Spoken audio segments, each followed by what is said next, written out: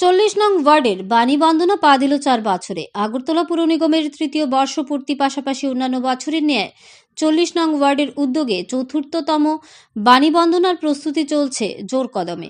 বরদোয়ালি উচ্চতর মাধ্যমিক বিদ্যালয় প্রাঙ্গণে এ বছরের বিশেষ আকর্ষণ রয়েছে 40 ফুট উচ্চতা সম্পন্ন দৃষ্টিনন্দিত প্রতিমা।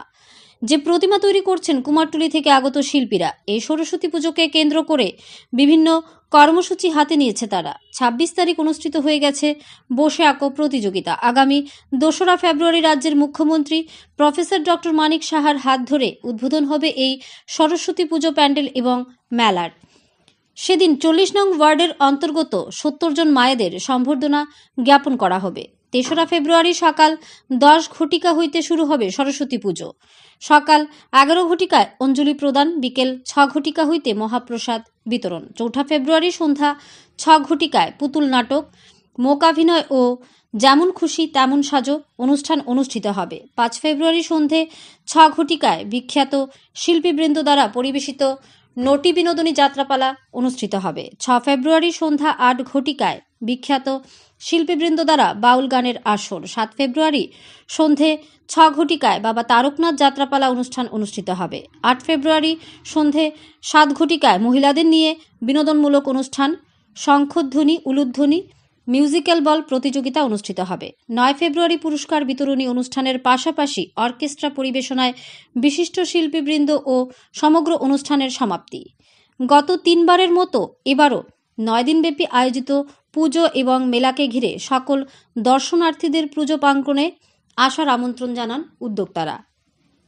ব্যুরো রিপোর্ট, আরই ধর্মনগর। প্রথমে তো নমস্কার সবাইকে।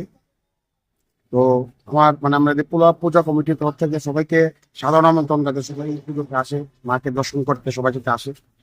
তো আর যেটা বলছিলেন, আমাদের এই পুজো থাকছে 9 দিনের জন্য। আর আমাদের মূর্তি উচ্চতা 40 ফুট, যেটা এবার 4র্থ বছর পা দিল। আমরা এই প্রতি বছরই এরকম ত্রিপুরার সবচেয়ে বড় সরস্বতী মার পুজো হয়ে থাকে। আগামী দিনও এটা জারি থাকবে, যাতে ত্রিপুরা সবচেয়ে বড় পুজো হয়ে থাকে। কার উদ্যোগে হচ্ছে এটা? অ্যাকচুয়ালি আমাদের এএনসি ওয়ার্ড 40 নম্বর ওয়ার্ডের পক্ষ থেকে পুজোটা করা হচ্ছে। আমাদের পুরোটা সম্পাদক চৌধুরী আর আমাদের এক্স কাউন্সিলর জয়ন্ত চৌধুরী মহোদয়, উনি পূজা কমিটির চেয়ারম্যানও, ওনার তত্ত্বাবধানেই আমরা এই পূজাটা করে থাকি। বিশেষত্ব কি কিছু রয়েছে এবছর? বিশেষত্ব বলতে দেখুন, আমাদের এখানে সাংস্কৃতিক সব কথা বলতে কি, আমাদের পুজোটার নিয়ে 9 দিন ব্যাপী মেলা থাকছে। সেখানে সাংস্কৃতিক সন্ধ্যা, মূকাভিনয়, ছোট কুচি কাটা বাচ্চাদের থেকে শুরু করে একদম বলিষ্ঠ পর্যন্ত আমাদের মেলা থাকছে। আর গত 26 তারিখ আমাদের এখানে মেগা বর্ষা এত প্রতিযোগিতা হয়েছিল। তো সব কথা মিলিয়ে সবার জন্য আমাদের কার্যক্রম থাকে, একটা প্রোগ্রাম থাকে। আপনার পরিচয়? হ্যাঁ, আপনার পরিচয়? আমি এখানে রঘুমোর্চা প্লাস আমাদের পূজা কমিটির আমরা সবাই মেম্বার আছি।